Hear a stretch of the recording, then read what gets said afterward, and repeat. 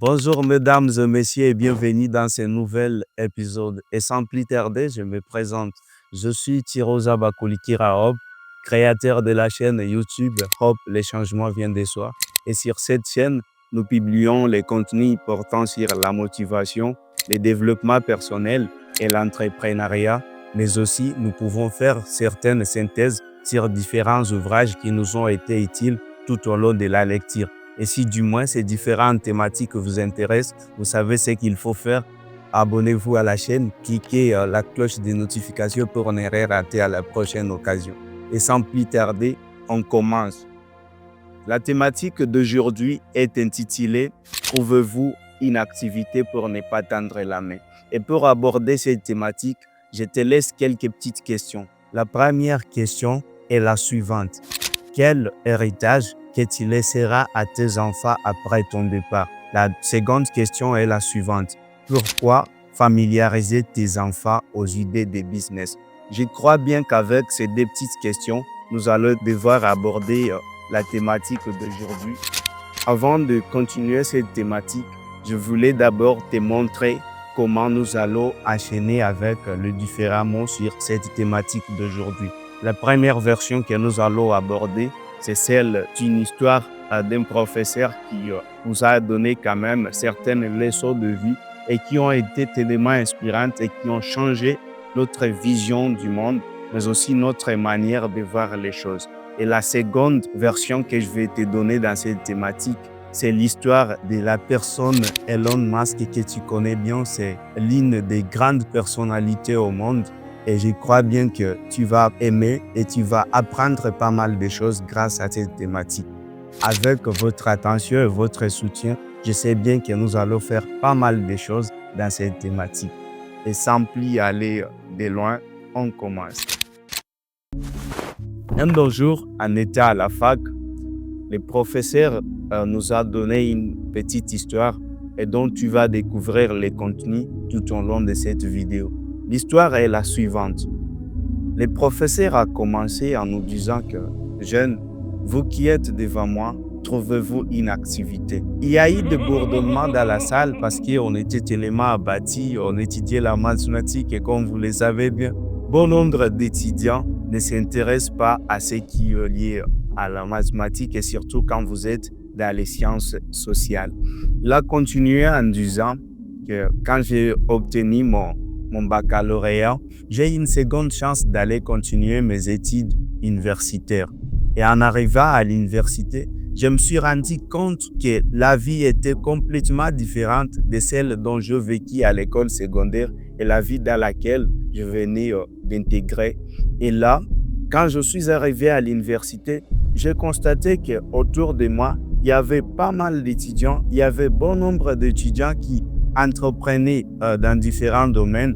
En même temps, ils allaient à l'école, c'est-à-dire qu'ils avaient un pied dans le business et un pied dans les études, si je peux le dire dans ce sens, c'est-à-dire un pied à l'école et un pied dans les business. Et grâce à cela, je me suis inspiré d'eux et j'ai appris pas mal de choses et ça m'a permis, et moi aussi, de créer une petite activité, ce qui a fait à sec. J'arrive à un certain niveau où je pouvais m'acheter les syllabus, mais aussi me procurer quelque chose à 12 heures en termes de dîner. Puisque, comme vous le savez bien, à l'université, pour un professeur qui respecte les normes estudiantines, il doit vous accorder 1 heure de pause pour rafraîchir la mémoire, mais aussi vous trouver quelque chose à mettre sous la dent.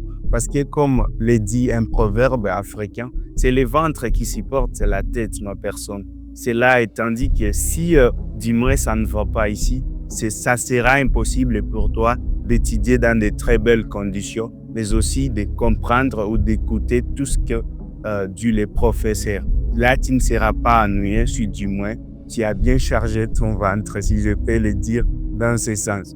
Et il a continué l'histoire en me montrant que quand tu deviens marié, c'est-à-dire tu es déjà en couple avec une autre personne, et surtout pour les femmes, tu es là pour tendre la main à ton mari à tout moment en demandant de la braise, en demandant du sel et tout ce qui va avec les affaires ménagères. Je te dis que ça sera vraiment une rente pour toi à un certain moment et tu vas constater que ton mari commence à montrer de méfiance, il commence à te bafouer à un certain moment parce que tu es là pour tendre la main à tout moment. Oh chérie, il n'y a pas ceci. Oh chérie, il n'y a pas ceci. Oh chérie, il n'y a pas ceci.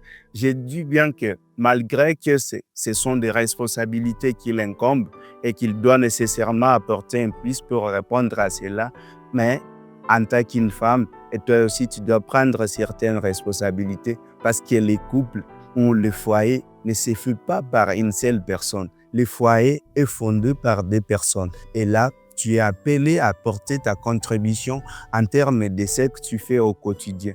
Cela nous montre que si tu entreprends quelque chose et que vers le soir, ton mari n'a pas trouvé quelque chose à apporter comme ratio et tout ce qui va avec les affaires ménagères, toi-même, tu peux te débrouiller et trouver comment les enfants vont manger au soir. Et là, ça ne va pas créer aucun dérangement et vous allez vivre dans une harmonie.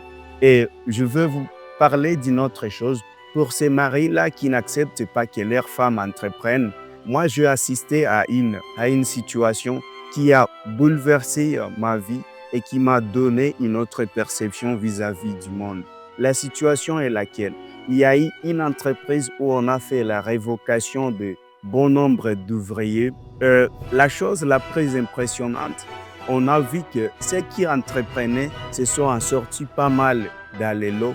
Par contre, ceux qui n'entreprenaient pas ont traversé une misère totale, un calvaire, au point que leurs enfants, l'endroit où ils étudiaient, on les a chassés, l'endroit où on les a accueillis dans des écoles où on payait moins cher parce que au départ, ils étudiaient dans de très bonnes conditions, dans de très belles écoles où on pouvait les encadrer, leur donner une formation efficace et qui sera un outil essentiel qui va les aider à évoluer dans leur vie.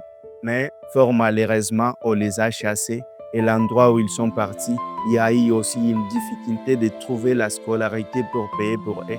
Pourquoi? Parce que les darons, on l'a chassé au boulot et la daronne ne faisait absolument rien à la maison à part prendre soin des enfants, lui laver tout ce qui va avec les responsabilités qui incombent une dame à la maison. Mais allez-y vous rendre compte que cette histoire peut t'aider non seulement à entreprendre, mais aussi à laisser un plus à tes enfants en termes de formation, mais aussi témoignages et d'expérience vis-à-vis de ce que tu as entrepris, vis-à-vis de ce que tu as conçu en tant que projet et ce que tu peux laisser au départ une fois que tu as quitté le monde.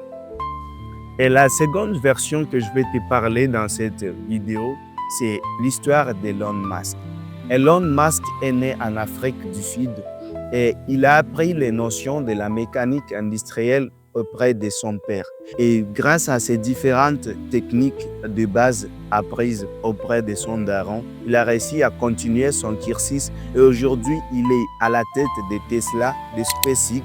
Il n'a pas toutes ses responsabilités parce qu'il s'est auto-formé quelque part, mais parce qu'il a appris d'abord les notions de base, les préliminaires auprès de ses parents. Cela montre que si une femme ou vous entreprenez quelque chose aujourd'hui en tant que parent, c'est fort probable que vos enfants apprennent à partir de cela et ça peut leur aider à aller mieux dans l'avenir, mais aussi ça peut leur aider à projeter leur vision loin et arriver à un niveau où ils ne pouvaient pas arriver suite à ce qu'ils ont appris auprès de toi.